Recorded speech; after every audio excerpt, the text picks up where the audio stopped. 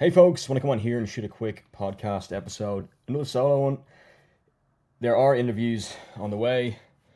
I will not touch upon who's coming on the show yet. However, I do promise there is definitely one in the works. Anyway, there's a few actually.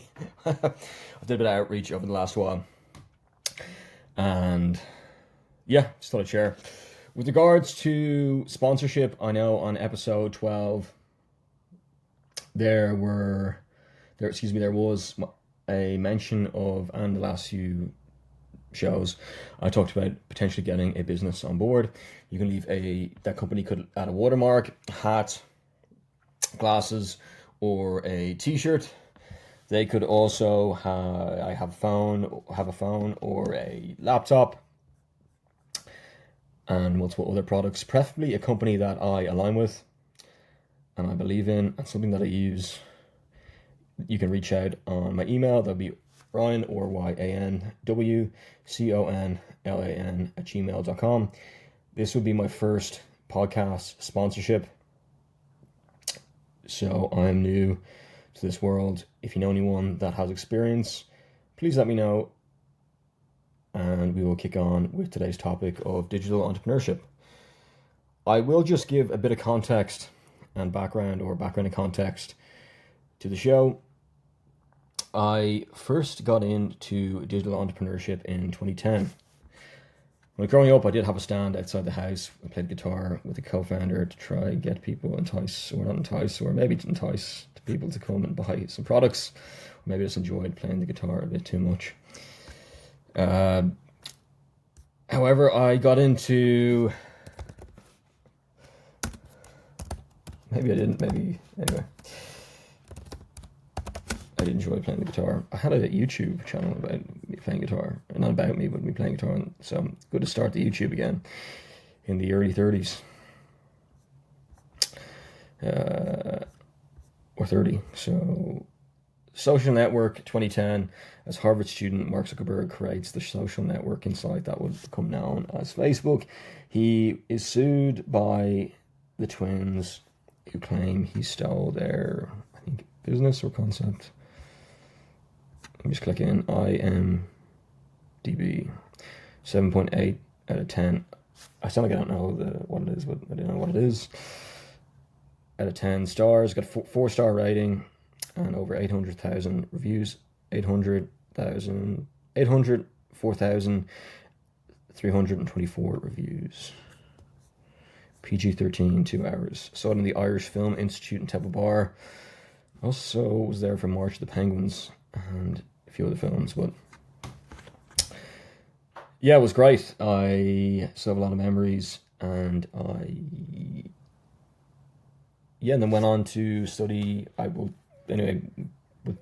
fast forward to university, and then I studied business and management in TU Dublin. I was in a few different universities. I was not because of bad behavior or anything. I decided to defer a year and become self-employed in the fitness industry.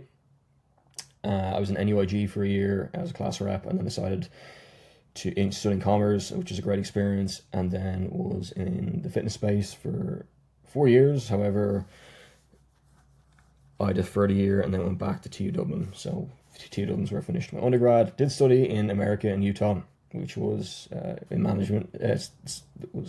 Studied management and marketing. But the one thing today is digital entrepreneurship, which we'll talk about, which in TU Dublin, in my final year in business and management, I got a first class honours and a gold medal for academic excellence in global strategic management. And then I was also on a team that competed in Canada with, you could say top business schools around the world, or top undergraduate business courses. And it was in Concordia University. It was the John Mollison. It's essentially, I'm trying to get rid of the as and ums. It is, what's the name of it? Management consulting, excuse me. But in that program, my final year, I did a thesis called Digital Entrepreneurship in Emerging Economies, a case study of Kenya. I maybe hopefully I'm allowed, I may touch upon 1 to 3 things within here. I know it's research within TU Dublin, so I don't want to overstep. I love their tagline as well, infinite possibilities. Also pretty exciting. But after the thesis, I was super interested in the topic. I was considering a number of different options. I went to different open days. I considered moving, relocating out of Dublin. And I ended up applying, and I went to a number of different open days and ended up applying to get into Trinity Business School. One of the main reasons why I really loved Trinity Business School, and this isn't a plug, I'm not sponsored by them, by the way, however, I did have a great time there and I learned a tremendous amount, was the academics, but also let me just get it up here, I will explain why. Be pretty straightforward. Trinity Business School is one of few business schools to hold a prestigious triple crown of accreditations from the three leading global business school accreditation organizations, AACSB, AMBA, and EQUIS, which means I could study around the world with my postgraduate. I think there's 3 triple accredited business schools. There's Smurfit and UL, but let's talk about Trinity Business School specifically because this is about digital entrepreneurship. And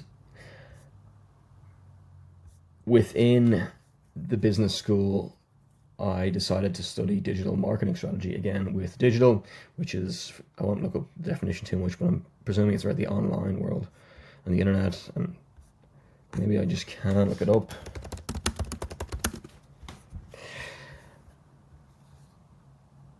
Yeah, I think it's digital.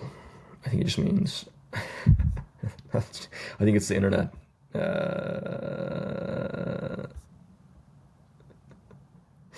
Using or relating to, this is in Cambridge Dictionary, using or relating to computers and the internet. The digital revolution has made it. It's in the course. Pretty sure it's in the course. I just can't openly speak about all the things that I've learned in the course at once. However, I decided to do the MSc in digital marketing strategy, which is first in Ireland, 21st in the world. I think I saw that Trinity Business School was the #1 business school in the country. I need to double check that or triple check that, because I'm going to be saying stuff on the podcast that isn't accurate or precise at all. I think it could be. So let me just double check that. I have time. Is Trinity Business School, and I wanted to stay in Ireland, by the way, in case anyone's wondering. I didn't want to. I already lived in London, so I didn't want to study in any of the business schools in Europe or in London. I wanted to stay in Dublin for a number of different reasons. Yes, Trinity Business School. This is the AI overview on Google. Yes, Trinity Business School is the business school of Trinity College Dublin, a leading university in Ireland, globally renowned. But the main thing, anyway, I don't think it's one of the top. So excuse me, it's not the first. I don't want to. Maybe it could be. So I don't want to say something. But it has a triple crown, which is recognized globally for academic excellence and high quality research. So, this is one of the reasons why I chose here. Also a new building, their focus on entrepreneurship in Tangent, and they have an Actus, they have Trinity Entrepreneurship Society. Very cool. I wanted to learn the skill of digital marketing. I already did a number of different courses. I think I talked on the podcast around marketing, and already did a number of projects.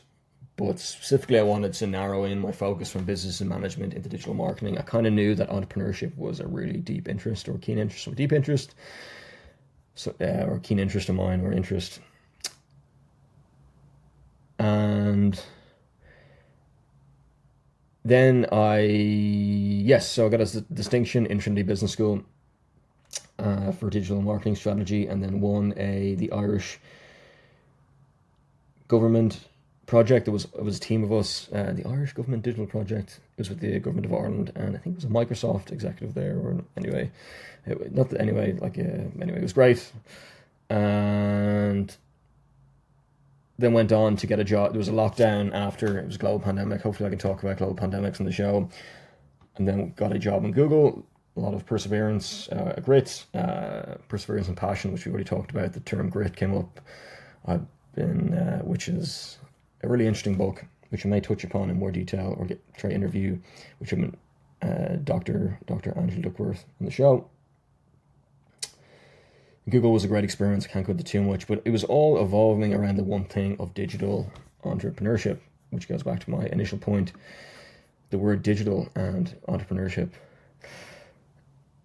I took a break then for 4 years, my career break for my health and well-being. But over that break, I have pursued this interest even further. I went back to the business school, had a number of conversations with, hopefully they don't mind, with Casito. He is the assistant professor of entrepreneurship in Trinity Business School. I also got in touch with TU Dublin, their hothouse accelerator with Enterprise Ireland. I talked to a number of digital entrepreneurs, including Dan Cohen. Dan's business is... let me just get it up online here. Just quick search. Scipio. He went through a process with Enterprise Ireland, which was very interesting, and I got to know about that. I've already interviewed a number of different digital entrepreneurs. I think a few entrepreneurs on the show. And yeah, went to Dogpatch Labs, tried to pursue that and see what that was like. For those of you that don't know and are looking to get into things, Dogpatch Labs are a startup hub located at the heart of Dublin's digital docklands. Our mission by providing a platform for entrepreneurship and innovation. A startup state of mind on their website. Dogpatch Labs is a startup hub located, and we already talked about that. By providing a platform for entrepreneurship and innovation, our mission is to accelerate the development of Ireland's startup ecosystem, community and ecosystem, corporate innovation, acceleration programs. There I met a number of previous people that, or alum, or not alum, but previous people that worked in Trinity Business School. Joe Lanzlotza, I think he did work at Dogpatch Labs when I was there. Lorraine, who helped me tremendously with my decision to go to, who I know from back in the fitness industry days. She is the ND or C head of operations at Dogpatch Labs, founder of Fierce, supporting tech startups. And I also applied to Y Combinator. I didn't have a co-founder, but that was a really interesting experience, and applied for a number of different programs. I think one of the programs in Dogpatch Labs, that was about 3 years into my break. I don't think I was fully ready yet to go back to work, but either way, I decided to give it a go. I don't make any excuses. I tried to give it my best effort, but I think, wait and see how things go. Also, I picked up a book on AI. I've really been upskilling on AI over the last while, upskilling by reading books, listening to podcasts, even though I studied it in Trinity Business School, which I already chatted about in the podcast 13, I think it was Artificial Intelligence. There's a book called, by the way, you can study entrepreneurship or in Trinity Business School, but I was either going to study entrepreneurship or digital marketing strategy, and I decided to go with the digital marketing strategy because I was self-employed previously and kind of wanted to get a job first. I think the average startup founder age, don't know how accurate this is, but I think it is. The average age for a startup founder is 42 to 45, with research showing successful founders are often middle-aged rather than young. Older founders benefit from experience, stronger financial resources, and a higher success rate. Though the average age of founders of all startups may vary, factors supporting higher age, experience, financial resources, anyway, industry knowledge is a key one as well. Higher success rate. Not saying that people of a younger age can't, but in the startups, I just thought I'd touch upon that. I'm running out of time here, I think, so I may run slightly over the 15 minutes. A great book that I was recommended by, I think, Zahur, who is the head of student entrepreneurship program manager in TU Dublin. He's a PhD researcher, business co-founder of the Open Incubator.ie, university leader of the year in 2025, TURDA 2025, Trinity College Dublin. Hope he doesn't mind me mentioning his name on the podcast. I've chatted to him a number of times when I was on a break for my health, when I was feeling better and things were going well. There were ups and downs, but thankfully I'm finding a lot more consistency now with my overall well-being.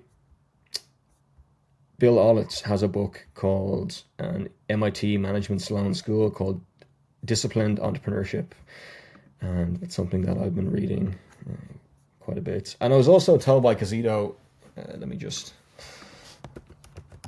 with regards to entrepreneurship and digital entrepreneurship, when I talked about 45 years old, I'm going to run over, maybe make this 20 minutes, hope you don't mind.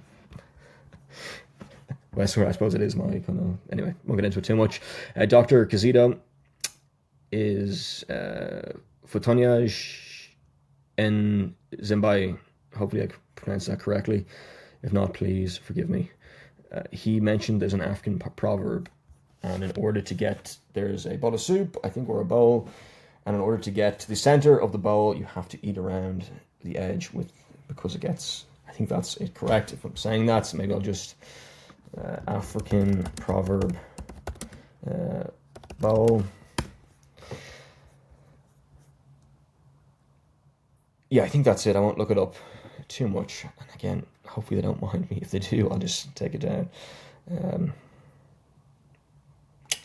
It says here, there's a proverb from Gambia suggests that eventually every action has a consequence. The disobedient fool is eventually served in a bowl of soup, a form of obeying the natural order. The disobedient fool obeys in a bowl of soup. I think that's it. There's a lot here, but the one thing, we'll get this just below the 20-minute mark. I want to talk about digital entrepreneurship because this is all leading up to the final installment, the Q4 of this podcast, the Red Zone. Digital entrepreneurship is the creation and management of businesses that use digital platforms and the internet to operate, market, and sell products or services. It involves leveraging technology like e-commerce, social media, and data analytics to reach a global audience without the need for a physical storefront, allowing for greater flexibility and potential lower financial risk compared to traditional businesses. I would use my thesis, but I don't know how much I can go into depth, so I'm just looking up this on AI Overview on Google. Key aspects of digital entrepreneurship: you have digital platforms which rely on the internet. Digital platform would be like a Netflix, for example. Digital platform will also be like an app. A digital product would be Netflix, or an app would be like a social media app, like a Meta, or like a Facebook or Instagram.